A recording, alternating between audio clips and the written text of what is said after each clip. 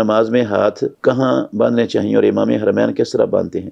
بھائی جان ہاتھ، یہ دایاں ہاتھ دایاں گٹ اور دائیں کلائی، بائیں ہاتھ بائیں گٹ اور بائیں کلائی پر رکھ کر باندھتے تھے رسول اللہ صلی اللہ علیہ وسلم. یہ دیکھیں کہاں آتے ہیں. اور یہ حدیث ہے صحیح بخاری میں، اور صحیح بن خزیمہ میں وائل بن حجر کی حدیث ہے کہ رسول اللہ صلی اللہ علیہ وسلم اپنا دایاں ہاتھ بائیں ہاتھ پر رکھتے و یداہما علی صدرہ، اور دونوں ہاتھوں کو اپنے سینے پر رکھتے تھے.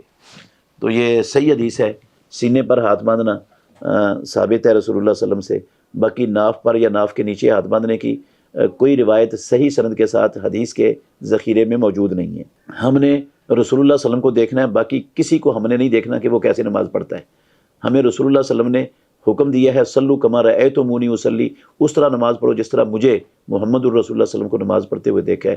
تو محمد الرسول اللہ صلی اللہ علیہ وسلم کی نماز کی ایک ایک چیز پیارے پیغمبر کے صحابہ نے بیان کی ہے، تو ہمیں رسول اللہ والی ہی نماز ہمیشہ پڑھنی چاہیے، اور اسی کی فکر ہونی چاہیے کہ اللہ کے نبی کی نماز کیسی تھی، کیا میری ویسی ہے یا نہیں، اور مجھے ویسی بنانے کے لیے ہر وقت جو ہے نا وہ پڑھتے رہنا چاہیے، کوشش کرتے رہنا چاہیے، سیکھتے رہنا چاہیے.